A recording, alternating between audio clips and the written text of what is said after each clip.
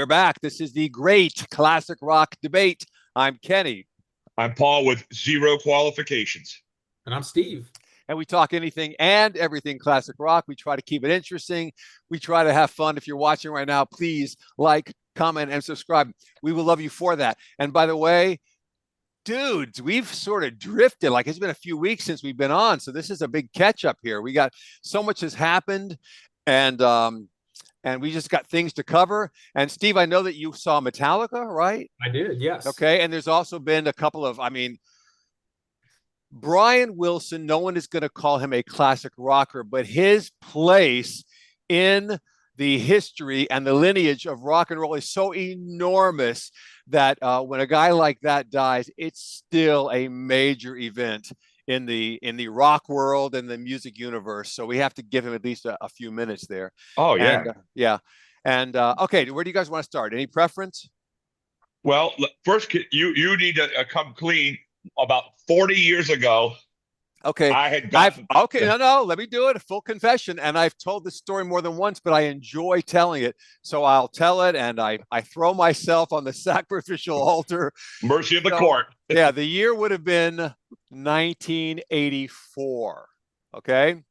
And so Paul was living with his mom and dad at the time. Well, he was a college student, but he was home for break or whatever, summer, and living with his mom and dad. And I had stopped over, and he had a couple of boxes of albums. And as I was flipping through it to see if he had anything good in there, I noticed several Beach Boys albums.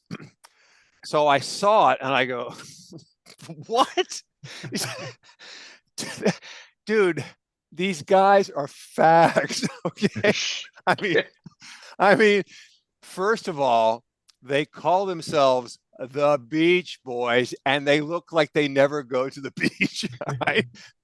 I live in South Florida. I go to the beach, and guys who go to the beach have a look, and they don't have it. All right. Number one. And number two, I think we all operate mentally this way, and that is anything before our own sphere of reference, like it doesn't exist. It was in a different universe. It was in a different time and place. So when I was about the age of 10 or 11 and started listening to pop music, the Beach Boys were already over.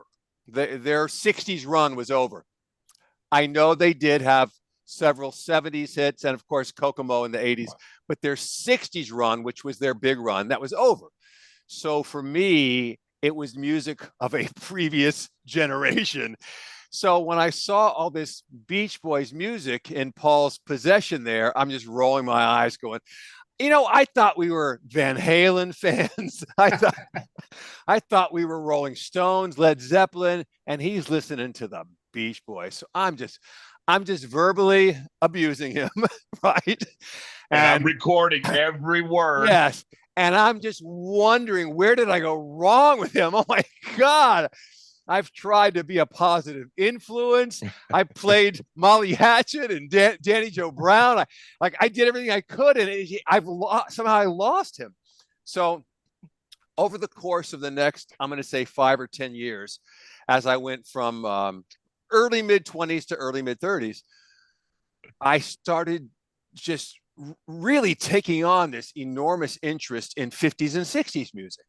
I don't know if everybody goes through this thing, but I wanted to fully understand the foundation of what all the music that I'm listening to, what was it built on? And I had bought this book by Dave Marsh, a Rolling Stone writer way back when, really good book, in which he talked about the most influential, I guess, 1001 singles of all time. And they were virtually all from the 50s. 90% of them were from the 50s and 60s, some from the 70s. But as I read this book and listened to more and more of the songs, and man, there was quite a few Beach Boys songs in there. So I started buying Beach Boys CDs. Oh my God. And I'm listening going, okay, once you understand the context of their place in time and how it fit into the overall evolution, and it all makes sense, and they were really significant. How the term rock and roll referred to 50s and early 60s Yep. rock music. And by the late 60s, it was just being called rock and no longer rock and roll. The Beach Boys were sort of at the tail end of the rock and roll era, which is why we don't think of them as a classic rock band. But they made great music. And man, Brian Wilson was a genius. He wrote great songs, and they were all really talented. But he just had like a vision, I guess, in his head of what these songs were supposed to be and what they were supposed to sound like. And so, for me, the growth there that all started with Abusing Paul, I recognize how good this band was and how genius Brian Wilson was. So I had to do this enormous mea culpa, which I'm sort of repeating right now, and just give him full credit. Like, okay, dude, all that stuff I said about the Beach Boys, I was wrong, and you were right, and they're a great band. And he ate 2 servings of crow. I watched. Right, right. Yeah, because go ahead, kid. Steve, go ahead, buddy. I was just going to say, growing up in the 80s, the Beach Boys were about as cool as the Bee Gees were. Like, not cool at all. Right. So, agreed. And I thought they had actually, Steve, that's a perfect analogy, because the Bee Gees were over by that time. Yep. Just as the Beach Boys were. In fact, yeah, there was a kid that rode our school bus that had a Bee Gees backpack, and he was sort of a nerdy guy, and like the kid on Beavis and Butthead. Yeah, so just Stewart. That image was burned into my brain up until I started actually discovering like what the Beach Boys actually sounded like in their music. And so I had a very sort of negative sort of perception of the Beach Boys. And I think to this day they probably have the worst band name of all time. Yeah, I concur. Well, but their songs are great. They have $100 million or $200 million they made or more. So that name, go ahead, Steve. The God Only Knows, Barbara Ann, which if you listen to that, just the melody on that is phenomenal. But I know Paul loves the song Kokomo, so I don't actually like that song. I like a lot of their other stuff. I do really like that song. So one cool thing about the Beach Boys, and Kenny, you'll have to route me the dates. Okay.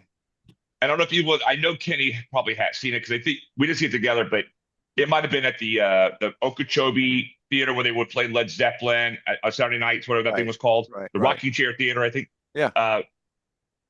Did you ever see the Endless Summer movie part 1? I did. Okay, I knew you did. So the Beach Boys were the music. And if you try to watch, I mean, first of all, I love the Beach Boys as we established. If you try to watch that movie without them both, I love watching surfers, but I'm like, oh my God. After about 5 minutes, I was like, okay, I've seen enough. Right. But with the Beach Boys on there, you're like, oh, 2 hours just clicked by. Why? Because it's cool to look at. And that was like a first music video, if you think about it, really. Yes. And the music just drives the whole film. It really does. Yeah. I don't know if you ever saw the Beach Endless Summer 2, and it had this guy, Gary Hoey, who can shred. Yeah, he's not like a super I mean, I think he plays whatever he wants to play, but the music, as soon as I watched it one night, I was like being hypnotized. And he's like playing, like he does a cover of Linus and Lucy. Oh yeah, I've heard it. Yeah. Oh my, I'm like on drums. I would play this, on drums. And I would play this. I would go in a car with people, and I say, "Okay, I'm going to play a song. You know this song," and I would play that song. It doesn't have any vocals, and people would be over there. This one of my friend of mine's wife was like screaming because she knew it, and she couldn't pick up Linus and Lucy. Right. I go, "It's Peanuts. It's Linus and Lucy." She's like, "Oh my God!" I think she's gonna have a nervous. But the Beach Boys, like, you ever heard that story where you could probably tell it better than I, where people were, this is the 60s, mid 60s, they were celebrating the demise of the Beach Boys, and Brian Wilson was just taking it personally, and he would hear critics rip him, and then he heard this song, can't remember, was it a Ronnie Spector song, I think maybe, and he, or someone was making, it might have even been the Beatles making fun of him. It was. And that's when he had the inspiration for Good Vibrations. Correct. And they went right back up. That sound. The Ronnie Spector song that he heard, well, it was Phil Spector's style. If you go back and listen to that song, Don't Worry Baby, which is a great song. Very good song. Listen to the beginning of that song and say to yourself, "Oh my God, it's a Phil Spector song." Yes. I mean, he really tried his best to just emulate that. The rest of the song is different, but the opening of the song, it sounds exactly like Phil Spector. But that song, this is the talent of anyone that's great. Michael Jordan or Dan Marino, haha, or they make greatness look easy. Right. So if you hear the song "Good Vibration," oh, she's giving me good vibration. Oh, I could have wrote that in first grade. No, you can't. No. It's impossible. But that's what he did. He made that. He put all those elements together, and you're like, oh, have you seen the videos of them making that song? Yeah. It's if you guys, we talked about this 1 or 2 years ago. That movie, The Beach Boys, I think it was just called The Beach Boys, whatever. It was a big screen movie about 2 years ago. We went and saw it. Oh my God, it's so good. And they have so much footage from the early days before people owned video cameras. Yeah. And you say to yourself, my God, how did they get all this footage? It's so good. And it really does put a spotlight on how talented they all were, but Brian Wilson was really a genius. And they do tell that story of how they saw themselves competing with the Beatles, and I mean, they start off in the early 60s. The Beatles aren't even around yet, and they're making music and they're selling records, and all of a sudden the Beatles come in from a foreign country. So now it's like a nation versus nation and whatever. And you're right, because the Beatles were pushing the envelope and they weren't just doing 3-minute pop songs. They were trying to do more complex stuff, and Brian Wilson really felt pushed by that, and the result was Good Vibrations. Because I think now, this is why you're one of the masters of this stuff. The melody sequence out of Back in the USSR that came out before Good Vibrations. Is that right? I'm pretty sure, yeah. Because Ukraine girls really knocked me out. They were making fun of the Beatles in a nice way. They weren't like say they sucked. Right. They wouldn't have done it. But they weren't ridiculing them. Yeah, just I think they actually liked it. But yeah. Yeah. But so that was made before they, what the best decision Brian Wilson ever made for that band was? Did not invite Charles Manson to be in it. Oh, right. Did he audition? Yeah, they were friends. Him and yeah. One of the Wilson brothers, they were friends. Yeah, he knew them. Yeah, exactly. Because Manson was a singer. Also, what I didn't know was that Glenn Campbell was a member.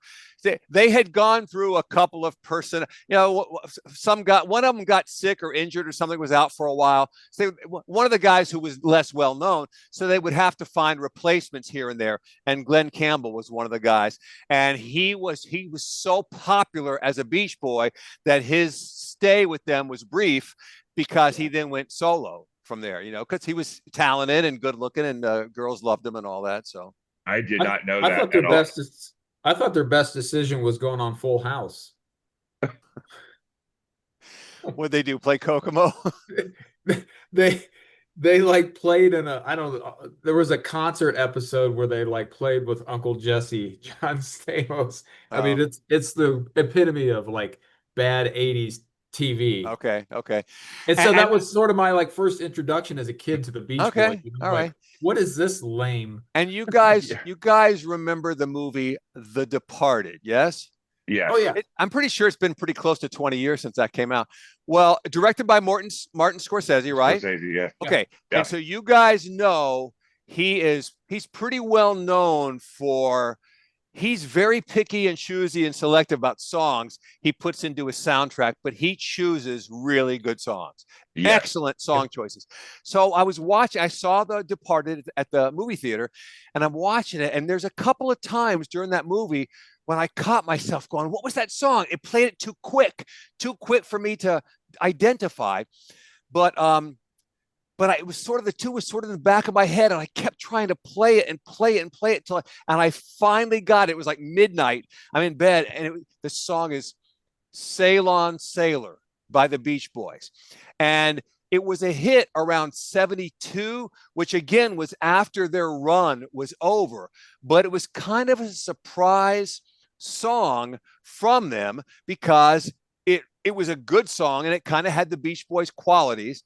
and wasn't as big a hit as a lot of their 60s stuff, but still a good song.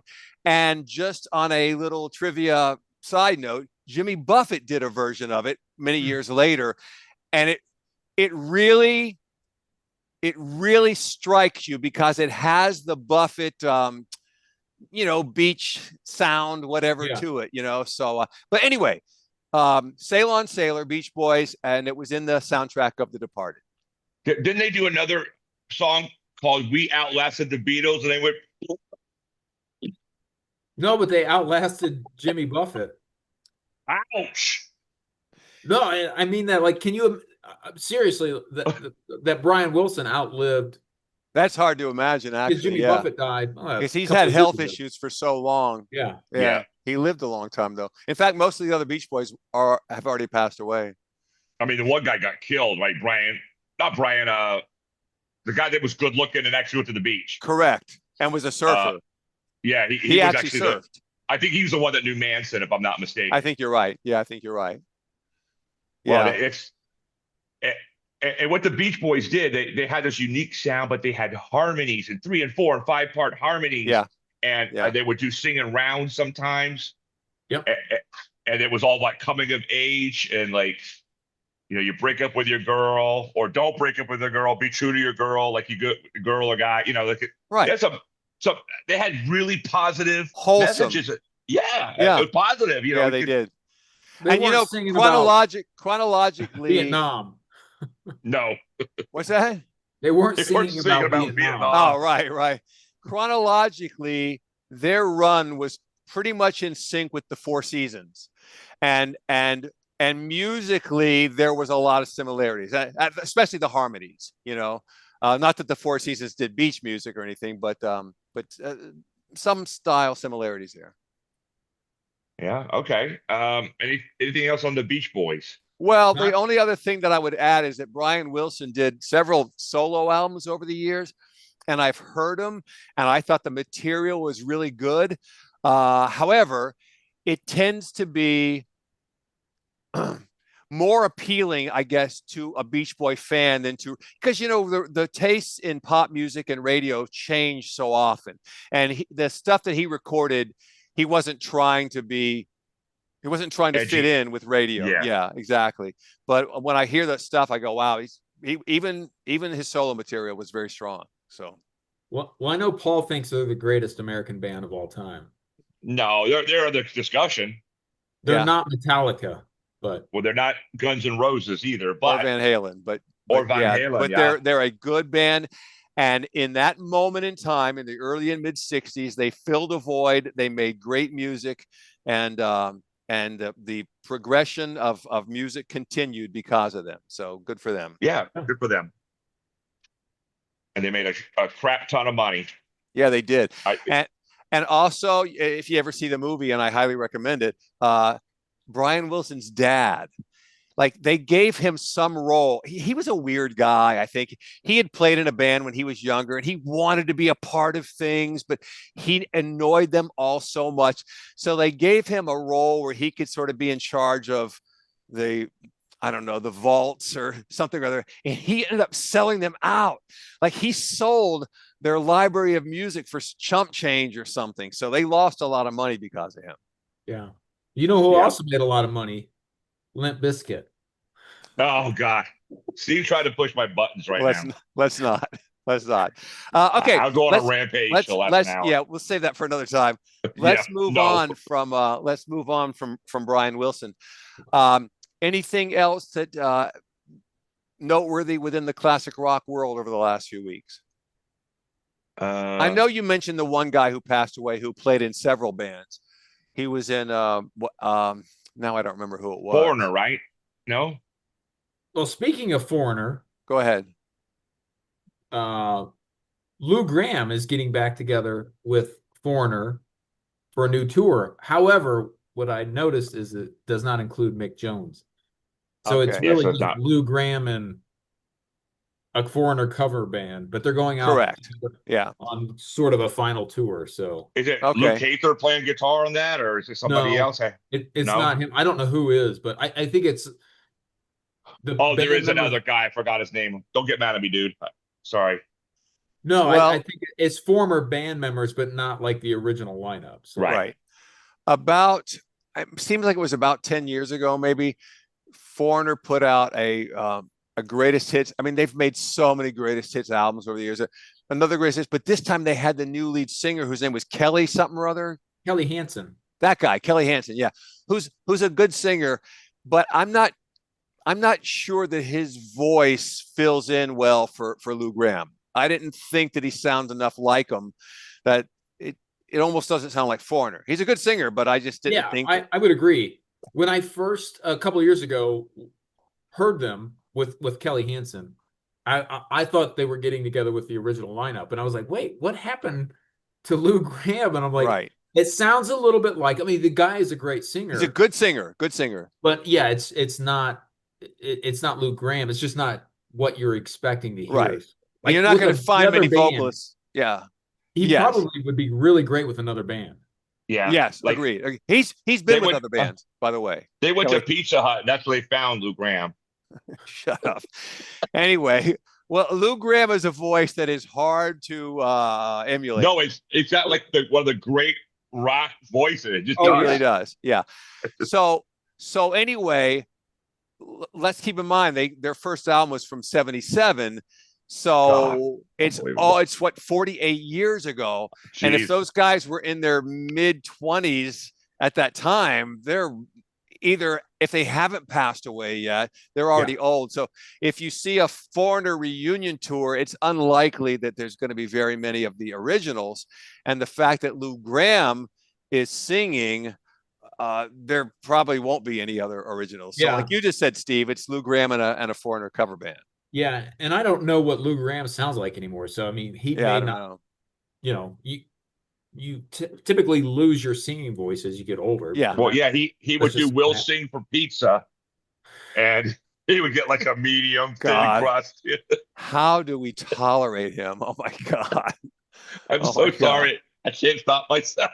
I see. You eat Pizza Hut too, so you don't sit there and act all superior. Now, wasn't there who was the band that did what was the song that David Bowie wrote for a different artist? David Bowie wrote it for a different artist? Yeah. Oh, you're talking about oh my God, Mott the Hoople. Yeah, Mott the Hoople. Paul, you sent you posted the thing of a guy who was in Mott the Hoople. He was in one or two other bands also. Yes. Who passed away. Did. Oh God. It's a name old, guys. It's a name that people wouldn't instantly recognize. However, when you've played in several bands like that who made a significant contribution, it still, reverberates. Because if you get like three guys, I mean, we all have friends who are musicians in bands, and you got two or three guys that are gifted, but there's that guy who just walks in, like John Paul Jones. I want to dig this. And he goes, okay, let me work. Okay. Like, remember the movie The Doors? And the guy had that, if you think I'd be untrue, and that guy goes, you guys go for a walk. And by the time they got it was Manzarek had wrote the little keyboard thing and got the melody going. Right. And when they got back, he had the song done, in like an hour. So there's guys like that guy. I can't remember his name. I'm embarrassed. Sorry. But he was one of those guys. Bring him in the band. A lot of problems instantly go away. Yeah. I probably was 30 at the time that I realized that it was not David Bowie who sang All the Young Dudes. They did cover it, but the version that I had always Ian Hunter, right? No. Well, that was Mott the Hoople, the group. Right. So, yeah, but that was it? I don't know the singer. I think it was Ian Hunter, but Kitty probably knows better. It could have been. I'm not sure, but I saw a thing not too long ago, within the past month or two, on Professor of Rock. That guy has access to more trivia facts than a computer, and he told the story of how Bowie was friends with these guys, and he liked them, and he thought they were talented, but they just couldn't find a hit song. So he wrote this song, All the Young Dudes. He had played it for some of the people at his label, and they're going, "Oh, dude, this is going to be huge," and he decided to give it to his friends rather than record it himself. And well, it worked. They scored a big hit, and he lost out, but he didn't see it that way. So, well, he got the part of the credit too. Right. I mean, right. Yeah. All right. Anything? What else? Well, I did see Metallica, I was and going to say Eh, Steve should tell us a little about seeing Metallica because even that band, I mean, those guys are getting up there, so they're not going to be touring for that many more years. So go yeah, ahead, tell us about your experience. yeah. So yeah, they are in their early 60s now. But so on this tour, they have been playing two shows in every city and two completely different set lists. So they came to Denver, played on a Friday. I did not go to that show. I went to the Sunday night show, and that was really because I went online and looked at the set list and decided I thought the one on Sunday was the one that I preferred to see. But they had Suicidal Tendencies open, which I missed accidentally because I just screwed up the start times. But then Pantera opened, which had Zach Wild filling in for dime bag. Dimebag Oh, on okay. guitar. And who's drumming? And Or I does that don't know matter? who the drummer was. He was a Okay. talented guy, good drummer, but I don't remember who it was. And then Rex and Phil Anselmo on bass and vocals, and they sounded great. I mean, they played a set list for about an hour, and then Metallica came out. But I got to tell you, Metallica, you would not know that they were in their 60s. I mean, they're in shape. They played for 2 hours. Okay. Looking at their set list, they played about 15 songs, and uh, the the stadium. So it was in Mile High Stadium where the Broncos play. I don't know if it was technically sold out, but there were a handful of empty seats, like in the upper bowl. Not many, but then you had the entire floor of the stadium filled, Right. and it actually broke attendance records for 2 days in Denver at that stadium. So they had, I think it was 152 or 162,000 people, That's a which Wow. lot. for a rock show, um, and a band that's been around for 45 years Yeah. to sort of draw that sort of crowd. And I gotta admit, I was probably still the median age was probably, or average age was probably, 55 maybe, Sure. Yeah. a little bit older crowd, but there were younger kids there. And but I was very surprised. The quality was great. They didn't seem to miss a beat. Like if you compared them to when they were, 30 years ago, it, aside from how that they have gray hair now, Right. it I mean, Hetfield sounded great on vocals, which is surprising for somebody who sings that type of music and for that age. And He I think he he'll looks like probably a stay in guy shape. who physically he looks like a guy who stays in shape. Yeah, Yeah, they he they does. all do. I think I had saw something about them a while ago that they cut back on, drugs and alcohol and all that Right. kind of stuff. And, Right. and they really are Very really attuned to their body. intelligent decision. And I mean, Yeah. And they played pretty much at least one track from every one of their records except a Saint Anger. So I was happy with that. They opened up with Whiplash, which is from their first album. Then I'll just go through the set list, which I saw. So Whiplash, For Whom the Bell Tolls, Ride the Lightning, The Memory Remains from Reload, Lux Eterna, which is from their new album. Which if you haven't heard it, check it out. It is really kind of a callback to some of the earlier or mid okay. '80s kind of stuff. Okay. But that's a good song, Lux Eterna. Um, Too Far Gone, Welcome Home, Sanitarium, Wherever I May Roam, The Call of Cthulhu, which is an instrumental. And this goes back to, I think, our previous episode where we are talking about how they're more of a classical sort of band, and Right. their music is not about sex, drugs, and rock and roll. It, Right. it is much more sophisticated sort of Yeah. themes, and they have many different movements within their songs. Correct. Yeah. And then they played Unforgiven, Whiskey in the Jar, which is the one of the primary reasons why I wanted to go see the on Sunday night. That Unforgiven, those are probably my two favorite Metallica songs. Blackened from Injustice for All, Well, yeah, that's the first Moth album into a on the album. Flame, which was from their Hardwire for Self-Destruction album from 2016. And then they closed with One and Enter Sandman. So they Nice. played Wow. And that was a completely different set list from what they played on Friday.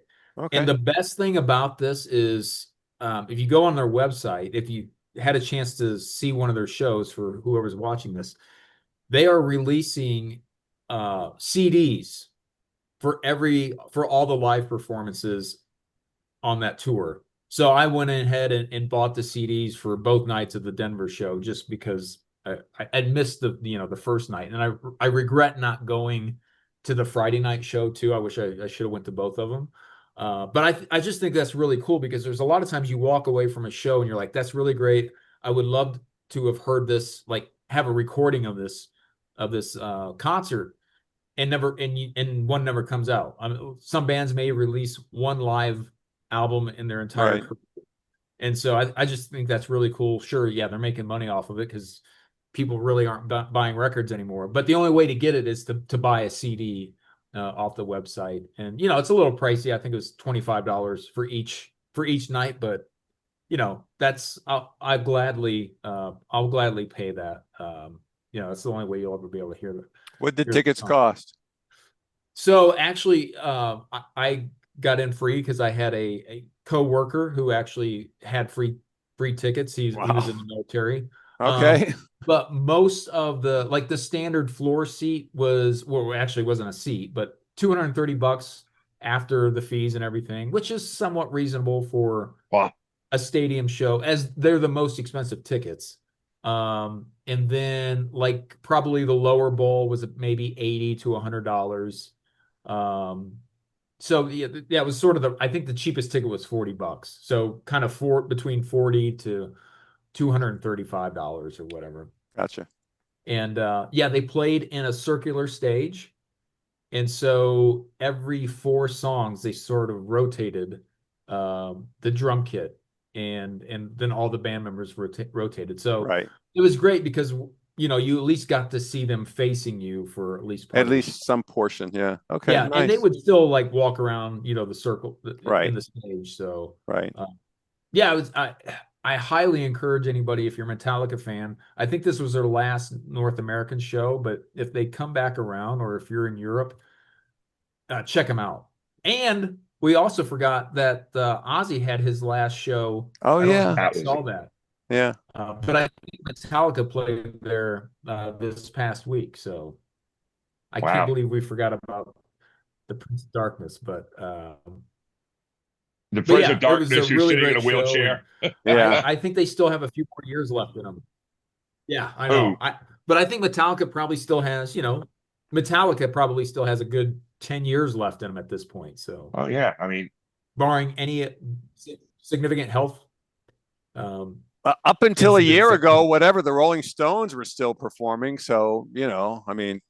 Well, what's crazy about it, I was sitting there thinking, and they're as old now as the Stones were 20 years ago. And I remember, 2005 does not seem that long ago. Right. But I remember in 2005, the Rolling Stones were pretty much considered ancient. Not that they weren't putting out, that they still couldn't play, but when you thought of the Stones, you were like, man, these guys are getting old.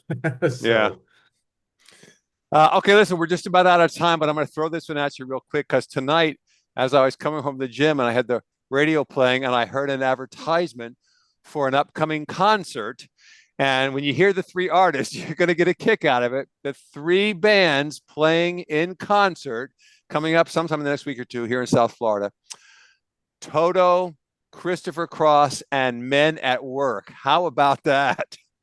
Wow. Boy, that is take me back to the 80s night, if I've ever heard of it. Well, I mean, all kidding aside, that guy Christopher Cross is super talented. Right. He's a really good guitar player, and Rick Beato really pumps him up, and he's had him on his show. We mentioned it before that even though he established his identity as this sort of soft rock, whatever, he tried in later years to change that into more of a classic rock thing, and nobody could accept that. But then when I found out that he had played in Deep Purple or whatever, I go, oh, okay. So now I get it. He had been a rocker, but as the 80s rolled around, he saw his ticket to fame and fortune as being a soft rocker. So whether that was his true identity or not, I don't know. But he's always going to be known for that because that debut album sold millions of copies. If you look up yacht rock, he's the definition. Yes, he is. Yacht rock. He should have had like an alter ego, right? He should have just had this other dude as like, I don't even know who Christopher Cross is. I don't like his music, but it's really him. But so, here's my question with Men at Work, though. Yeah. Is Colin? I don't know if you know Colin Hay. Yeah. If he's singing with him or not. I saw him live probably about 10 years ago, a little bit over 10 years ago. Yeah. At a local folk festival, and I didn't realize he was playing it, and he just happened to be playing. I was like, "Oh my God, that's the guy from Men at Work!" And he's got some really good songs outside of that band. And I didn't know. So I would go see that show, especially if he is. He's a phenomenal singer. I'd go as long as it didn't cost too much, because those three artists have enough great songs that you could get like 4 solid hours of really awesome concert music there if if you were there. So 3 and or 4 Steve hours. Lukather, if he's playing with Toto, I mean, that's one of the top 10 greatest guitar players of all time. Yeah, absolutely. Guys, we're out of time. I'm going to wrap it up. This is a great classic rock debate. We thank you for watching. I'm Kenny. I'm Paul. I'm Steve. Yes, if you're watching right now, please like, comment, and subscribe. We'll see you next time. Thank you. Have a great one.